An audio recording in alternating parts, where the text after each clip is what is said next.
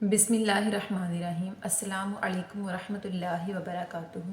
امید کرتی ہوں کہ تمام دیکھنے والے خیر و عافیت سے ہوں گے، اللہ تعالیٰ کی رحمتوں کے سائے میں ہوں گے۔ تو میرا عنوان احادیث نبی صلی اللہ علیہ وآلہ وسلم، موضوع چل رہا تھا نماز کا بیان، جس کا حوالہ بخاری شریف کی کتاب۔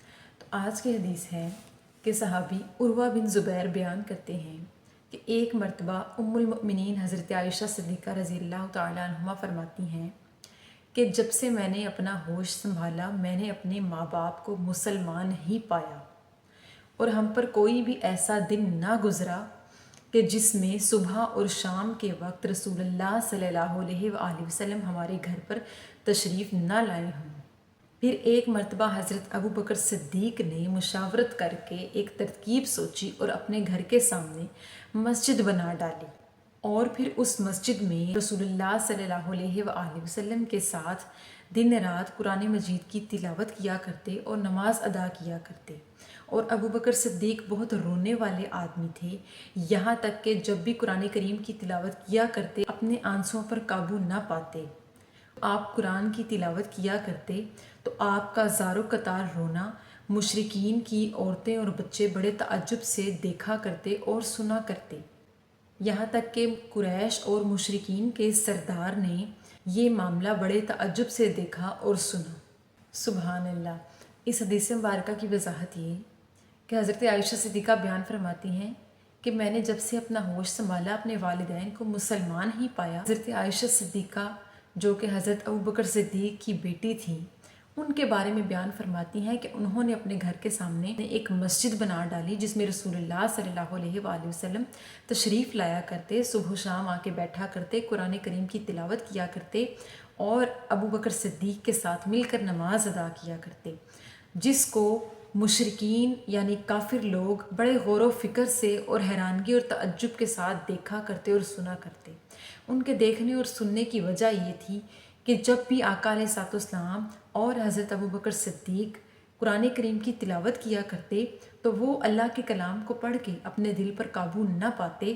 ان کا دل بہت رونے والا تھا، یعنی کہ ان کا دل اس قدر نرم تھا کہ وہ اللہ کے کلام کو سن کر پڑھ کر تلاوت کرنے کے دوران رو پڑتے اور زارو قطار روتے، یہاں تک کہ مشرکین اور کفار کی عورتیں اور بچے انہیں بہت تعجب سے کھڑے ہو کر کافی دیر تک دیکھا کرتے۔ اور ایک مرتبہ کا ذکر ہے کہ قریش کے سردار، مشرکین کے سردار نے بڑی حیرت سے ان کی یہ حالت دیکھی اور دیکھتے ہی رہ گئے۔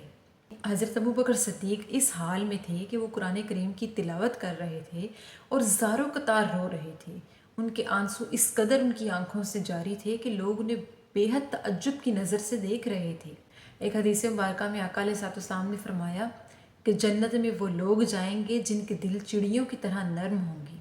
تو چڑیوں کی طرح نرم دل کی مثال دیتے ہوئے آقا علیہ الصلوۃ والسلام نے فرمایا کہ وہ انسان جس کا دل کوئی بھی ایسی بات سن کے یا اللہ کا کلام سن کے تڑپ اٹھے، وہ نرم دل ہے۔ یعنی اس بات کی وضاحت یہ ہے کہ نرم دل وہ لوگ ہیں جو کسی کے درد کو اپنے اندر سے محسوس کرتے ہیں، دوسروں کی تکلیف اور آنسوؤں کو اپنے اندر سے نکالتے ہیں۔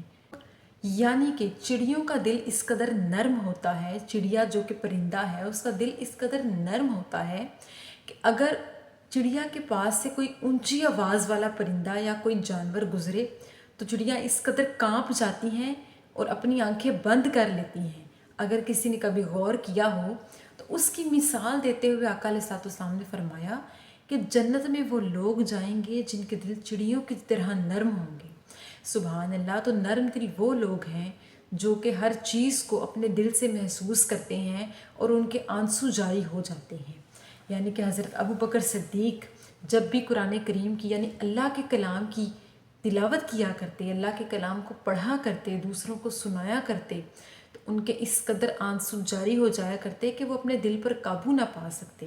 اور قرآن کریم یعنی کہ اللہ پاک کا کلام، یعنی اللہ تعالیٰ کے کلام کی شان تو یہ ہے کہ اللہ پاک نے خود قرآن کریم میں فرمایا کہ اگر یہ قرآن کریم پہاڑوں پر نازل ہوتا تو پہاڑ دھنکی ہوئی روئی کی طرح ہو جاتے، یعنی نرم پڑ کے اڑ جاتے، روئی بن کے اڑ جاتے۔ سبحان اللہ۔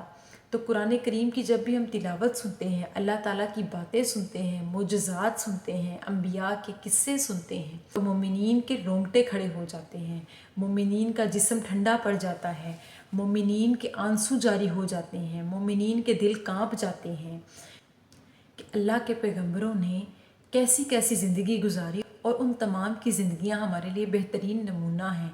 وہ اللہ کے خاص بندے تھے، اللہ کے چنے ہوئے بندے تھے، اور جو کچھ انہوں نے اپنی زندگیوں میں کیا، جو کچھ اللہ پاک نے قرآن کریم میں انسان سے فرمایا، وہ اگر انسان اپنے ہوش و حواس میں پڑھ کے اس طرح سے اس کی تلاوت کرے گویا کہ ہم اللہ تعالیٰ سے روبرو ہو کر کلام کر رہے ہیں، تو بے شک ایک مومن کے آنسو جاری ہو جائیں۔ سبحان اللہ۔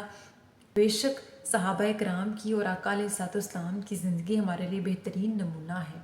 ہمیں بھی چاہیے کہ ہم اپنے دل کو ایسا بنائیں کہ ہم جب بھی قرآن کی تلاوت کیا کریں ہمارے آنکھوں سے آنسو جاری ہو جائیں، گویا کہ ہم یہ تصور کریں کہ اللہ ہم سے روبرو ہو کے کلام کر رہا ہے۔ تو اللہ پاک سے دعا ہے کہ اللہ پاک ہمارے دل کو عاجزی بخشے، ہمارے دلوں کو نرم بنائے، اور ہمیں دل و جان سے، شوق سے اپنی عبادت میں مشغول رہنے کی توفیق عطا فرمائے۔